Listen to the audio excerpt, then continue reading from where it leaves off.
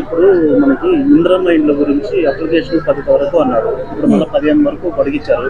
అసలు ఎన్ని శాంక్షన్ అవుతాయి, అసలు ఇన్ని మళ్ళీ పొడిగించడానికి కారణం ఏంటి? మీ దగ్గర ఉన్న సమాచారం. అంటే వాళ్ళు ఇప్పుడు ఏదైతే 6 లక్షలు ఏమో ఇప్పుడు అప్లికేషన్ తీసుకున్న తర్వాత 100 రూపాయలు 10,000 ఏమో కట్టించుకుంటారు అన్న విన్నాం కదా. అది జనాలకి వ్యతిరేకత ఏమవుతుందంటే 6 లక్షలు కట్టి ఇండ్లు ఇచ్చేది అసలు ఏం ప్రభుత్వం అని ప్రజల్లో వ్యతిరేకత వచ్చినప్పుడు వీళ్ళు నిర్ణయాలు మార్చుకుంటుండ్రు. నా ఉద్దేశం ఏంటంటే ఇప్పుడు ఒక పేదోనికి ఇల్లు కావాలన్నప్పుడు ప్రభుత్వం భరించి కట్టాలి. ఇప్పుడు పేద 6 లక్షలు ఇండ్లు కడితే ఇంకా మనకి ఇల్లు ఏమవసరం, ఇంకా 5 లక్షలు తీసుకుని ఒక అప్పు సొప్పు లేదా 10 లక్షలు లోన్ తెచ్చుకోవడే కట్టుకుంటారు కదా. నీ గవర్నమెంట్ తోటి సంబంధం ఇది అంతేందంటే ప్రీ ప్లాన్గా జరుగుతున్నట్టుగా నాకు అనిపిస్తుంది. ఏంది రాజకీయ నాయకుల కిందట్లో దోపిడీ చేస్తారు. ఇప్పుడు గతంలో సినిమా ఇండస్ట్రీలో ఏవైతే సినిమా కార్మికులకు ఇండ్లు వచ్చినప్పుడు ఎట్లా దోపిడీ అయిందో ఇలా ఇందిరమ్మ పేర్లు చెప్పి ఇండ్ల స్కామ్ చేద్దాం అనేది ప్రభుత్వం అనుకున్నట్టుగా మనకు అనిపిస్తుంది. ఎందుకు ఇప్పుడు గుర్చే ఉన్న పేదవాడు హైదరాబాద్లో బతకనికి 20 సంవత్సరాల కింద వచ్చినోడు ఇక్కడ ఉన్నోడికి ప్రభుత్వం సహకారం ఇచ్చినప్పుడు ప్రభుత్వమే కట్టియాలి. నువ్వు 1 రూపాయి కూడా తీసుకోవద్దు. అది ప్రజాపాలన అంటారు, ప్రభుత్వం అంటారు. ఎంతసేపు ఇందిరమ్మ పేరు చెప్పి దొంగ పనులు చేసుకుంటా దొంగలకు అన్ని ఇండ్లు ఇచ్చుకుంటుంటే పేదవాడికి ఎప్పుడు ఇస్తారు? అని ముఖ్యమంత్రి గారి ఆలోచన ఏం మైండ్ ఆలోచన, ఆయనకు సలహాదారులు ఏం సలహా ఇస్తారో ఒకసారి గ్రహించండి. హైదరాబాద్ గ్రేటర్ హైదరాబాద్ మిగతా నాయకులు కూడా ఈ దాని మీద పోరాటం చేయాలా. ఇప్పుడు ఒక పేదవానికి ఇల్లు వచ్చే విధంగా 1 రూపాయి ప్రభుత్వానికి 100 రూపాయలు కూడా ఎక్కువ ఇల్లు ఇస్తేనే అది ప్రజాప్రభుత్వం ఇల్లు ఇచ్చినట్టు. 6 లక్షలు కట్టించుకొని ఇల్లు ఇస్తూ అందులో మీ పార్టీల నాయకులకు మీ పార్టీకి కష్టపడే కార్యకర్తలకు ఇల్లు ఇస్తే ఇదేంటంటే స్కామ్ ఎట్లా జరుగుతుంది. ఇప్పుడు 6 లక్షల పేదోడు కట్టలేడు. కట్టినోడికి అర్హత ఉన్నవాడు ఎవడో పార్టీ ఎవడు ఉంటాడు, ఏదో ఒక పార్టీ వాడు సంబంధించిన వాడు వారికి ఇచ్చే రకంగా స్కామ్ చేసినట్టుగా నాకు అనిపిస్తూ ఉన్నది. ఇదంతా కూడా IAS IPSలు మళ్ళీ మీరు ఎట్లా మీకు ప్రభుత్వ మంత్రులు చెప్పిరా లేక మీ అంతా మీరు ప్రతిపాదించారా ఒకసారి ప్రజలకు వివరించండి. ఈ దొంగ పనులు చేయకుండా ప్రభుత్వాలు హెచ్చరిస్తున్నాం ప్రజల తరపున. అయితే ఇంతకు ముందు కూడా రాజు గృహకల్ప అనేసి అప్పట్లో 1000 రూపాయలు కట్టించుకున్నారు. అది ఇంతవరకు కూడా టీఆర్ఎస్ ప్రభుత్వం ఏమంటుంది అంటే అప్పట్లో కట్టించుకున్న ఇల్లు అప్పుడు ఏమైనాయి అప్పట్లో ప్రశ్నిస్తుంది. దాని మీద అంటే అప్పుడు రాజీవ్ గాంధీ ముఖ్యమంత్రిగా ఉన్నప్పుడా రాజు గృహకల్పని ఇలాగే ఇంద్రం ఇల్లు తరఫున రాజు గృహకల్పని వచ్చినాయి. అంటే అప్పుడు ప్రధానమంత్రి రాజీవ్ గాంధీ కదా ఉన్నది, ఆయన ఉన్నప్పుడే కదా. అదే ఆయనే సంథింగ్ ఆయనే ఉన్నారు అప్పుడే. అవునవునవును ఆయన మన్మోహన్ సింగ్ ఆయన ఇద్దరు ఎవరు అంటే కాంగ్రెస్ అంటేనే గట్లే ఉంటుంది. కాంగ్రెస్ పని అంటే ఫస్ట్ ప్రజల దగ్గర ప్రజలకు ఇస్తామని చెప్పి ప్రజలనే దోపిడీ చేసే కార్యక్రమం చేస్తారు కాంగ్రెస్ పని.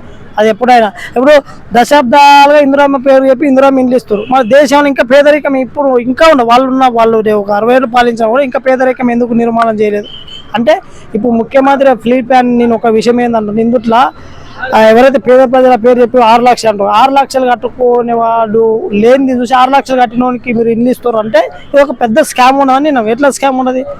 6 లక్షలు ఎవరు కడతారు? ఉన్నోడు కడతారు, ఎవడు ఉన్నాడు. ఇప్పుడు సినిమా ఇండస్ట్రీలో గతంలో ఏదైతే చిత్రపూడి కాలనీలో అమెరికాలో ఉన్నోనికి ప్లాట్లు అమ్మిరనే ఒక ప్రతిపాదన వచ్చింది కదా. ఇప్పుడు కూడా ముఖ్యమంత్రి గారు ఈ ప్రతిపాదన ముందుకు తీసుకుపోతున్నారు. 6 లక్షలు ప్రభుత్వం తీసుకొని దాని ద్వారా ప్రజలకు రిటర్న్ గిఫ్ట్ ఇచ్చినట్టున్నది. ఇక ఇది ప్రభుత్వం చేసిన పని కాదు, వాళ్ళని దోపిడీ చేసి వాళ్ళ దోపిడీ వాళ్ళకి మీరు కట్టుకోరు అనే రకంగా పోతున్నది. ఇది 100% రేవంత్ రెడ్డి గారు తప్పు.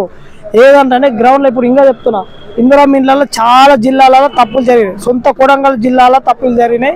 కార్యకర్తలకు ఇచ్చుకున్నారు. కాంగ్రెస్ పార్టీ కార్యకర్తలు భూములు ఉన్నోనికి వచ్చినాయి. నేనే ఉదాహరణ, నేను కొడంగల్ కాన్స్టిట్యూన్సీ అనేది మద్దూరు మండలం మా మండలంలో జరిగినాయి.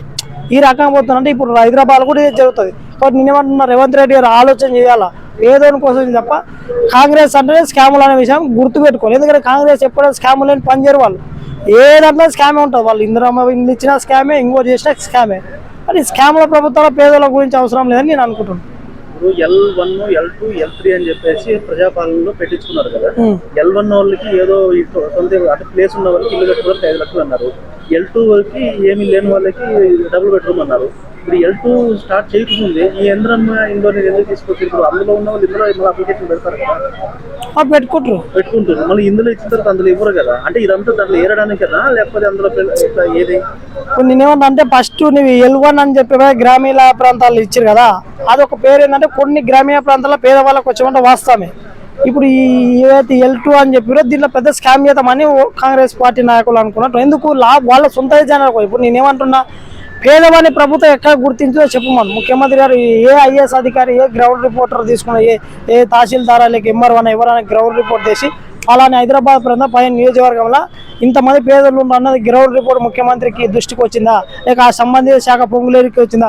పొంగులేరు శ్రీనివాసరెడ్డి అనే వ్యక్తికి అసలు నాకు తెలిసి ఆ మంత్రి పదవి వేస్ట్ అనుకుంటా. ఎందుకంటే ఆయనకు ఎవరికి ఇల్లు తెలియదు, ఎన్ని తప్పిదాలు జరిగేది. ఇప్పుడు పేదవాళ్ళ కోసం ప్రభుత్వాలు పనిచేయాలి తప్ప దోపిడీ ఈ నారదా దోపిడీ ఏంటంటే ప్రభుత్వాలు లాభపడుతున్నాయి, అందులో కొంతమంది లాభపడటానికి తప్ప ప్రజలకు ఉపయోగం లేదా. ప్రజలకు ఉపయోగం అంటే నేరుగా ఒక ఐఏఎస్ అధికారి డైరెక్ట్ ప్రజల దగ్గరికి పోయి ఫలానా వ్యక్తి పేదోడు, ఈ పేదోడికి ప్రభుత్వం వేయాలని చెప్పి ₹1 ఫైల్ కూడా కాదు, ₹100 కూడా తీసుకోకుండా ఇస్తే అది ఇందిరా మీన్లు అయితే, లేదంటే ఇది పెద్ద స్కామ్ అని మనం అనుకోవచ్చు.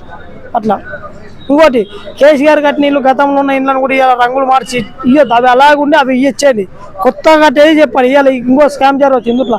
కేసీఆర్ కట్టిన కొన్ని ఎవరైతే నియోజకవర్గాలు హైదరాబాద్లో ఉన్నో దాంట్లో కూడా కలిపేసుకునేటట్టు ఉన్నది ఇలా ప్రభుత్వం. అలా చేయకుండా తప్పిదాలు అయితే అది కేసీఆర్ కట్టిన ఇచ్చేయండి. ఇప్పుడు కొత్త ఎవరైతే పేదవాళ్ళనో వాళ్ళు వెతికి పట్టి ఇస్తే బాగుంటుంది తప్ప ఇదంతా పార్టీల కార్యకర్తల కోసం పనిచేసి ఉన్నట్టుంటే చివరికి ఇక కేసీఆర్ లాగా అయిపోతారు అనుకుంటారు రేవంత్ రెడ్డి కూడా. ఇక ప్రజలు తిరస్కరిస్తారు, ఎందుకంటే ప్రజలు పేదవాళ్ళకి ఇచ్చింది ప్రభుత్వం అని సాగతిస్తారు. కానీ పేదల పేరు మీద దొంగలా కట్టి పెడితే ప్రజలు కూడా తిరస్కరించే అవకాశం కూడా నేను అనుకుంటాను. జిహెచ్ఎంసీలో వెళ్ళిందంటే ఓట్ల స్కామ్ చేద్దామని ఈ రకంగా వస్తారు తెలియదు. మళ్ళీ అంటే పేదలకు ఇస్తారని చెప్తే ప్రజలు ఓట్లు వేయవచ్చు అనుకుంటున్నారు. కానీ అంత ముఖ్యమంత్రిగా భ్రమ.